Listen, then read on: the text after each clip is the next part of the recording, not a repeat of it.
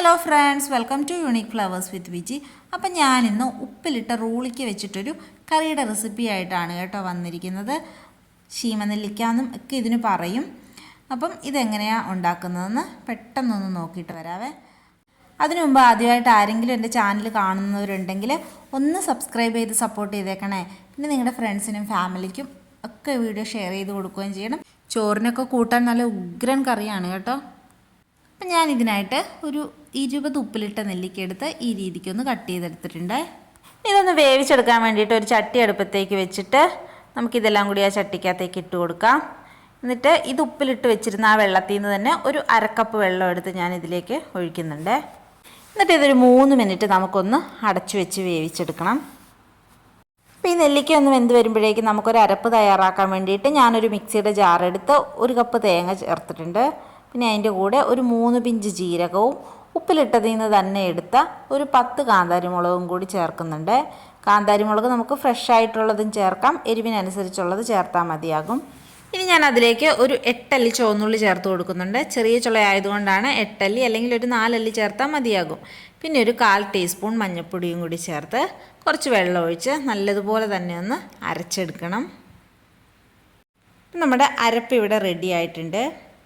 ഇനി നമുക്ക് നമ്മുടെ നെല്ലിക്ക ഒന്ന് തുറന്ന് നോക്കാവേ. വെള്ളമൊക്കെ വറ്റി നല്ല രീതിക്ക് തന്നെ വെന്ത് വന്നിട്ടുണ്ട്. ഇതിൽ നമ്മൾ ഇതുവരേക്കും എക്സ്ട്രാ ഉപ്പൊന്നും ചേർത്തിട്ടില്ല കേട്ടോ. അത് നോക്കിയിട്ട് വേണമെന്നുണ്ടെങ്കിൽ മാത്രം ഉപ്പ് ചേർത്ത് കൊടുത്താൽ മതിയേ. അപ്പോൾ വെന്തിരിക്കുന്ന ഈ നെല്ലിക്കയിലേക്ക് നമുക്ക് നമ്മുടെ അരപ്പൊന്ന് ചേർത്ത് കൊടുക്കാം. അപ്പോൾ ഈ അരപ്പൊക്കെ അതിലേക്ക് ഇട്ട ശേഷം നമുക്കൊരു 1.25 കപ്പ് വെള്ളവും കൂടി അതിലേക്ക് ഒഴിച്ചു കൊടുക്കാം. അപ്പോൾ അരപ്പൊക്കെ ചേർത്ത് കൊടുക്കുന്ന ഈ ഒരു സമയത്ത് നമ്മൾ ഫ്ലെയിം ഓഫ് ചെയ്ത് വെച്ചിട്ടാണ് കേട്ടോ ഉള്ളത്. അപ്പം അരപ്പൊക്കെ ചേർത്ത് കൊടുത്ത ശേഷം നമുക്കിത് നല്ലതുപോലെ തന്നെ ഒന്ന് ചൂടാക്കി എടുക്കണം. ഒരുപാട് തിളച്ച് വരാൻ പാടില്ല, നല്ലപോലെ ഒന്ന് ചൂടായാൽ മതിയാകും. അപ്പം ഇത് നല്ലതുപോലെ തന്നെ ഒന്ന് ചൂടായി വന്നിട്ടുണ്ട്.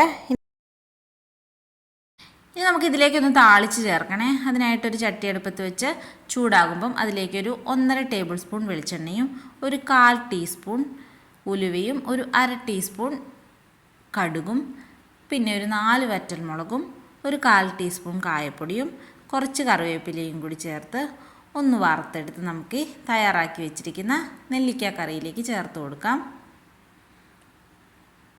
ഞാനിതിന് എക്സ്ട്രാ ഉപ്പൊന്നും ചേർത്തിട്ടില്ല. നമ്മുടെ അടിപൊളി ടേസ്റ്റിലുള്ള ശീമനെല്ലിക്ക കറി ഇവിടെ റെഡി ആയിട്ടുണ്ട്. അപ്പോൾ ഇതുപോലെ ഈ നെല്ലിക്ക കിട്ടുന്ന സമയത്ത് എല്ലാവരും ഒന്ന് ട്രൈ ചെയ്ത് നോക്കണേ, നല്ല ടേസ്റ്റാണ്. അപ്പോൾ വീണ്ടും പുതിയൊരു റെസിപ്പി ആയിട്ട് കാണുന്നത് വരേക്കും എല്ലാവർക്കും താങ്ക് യു.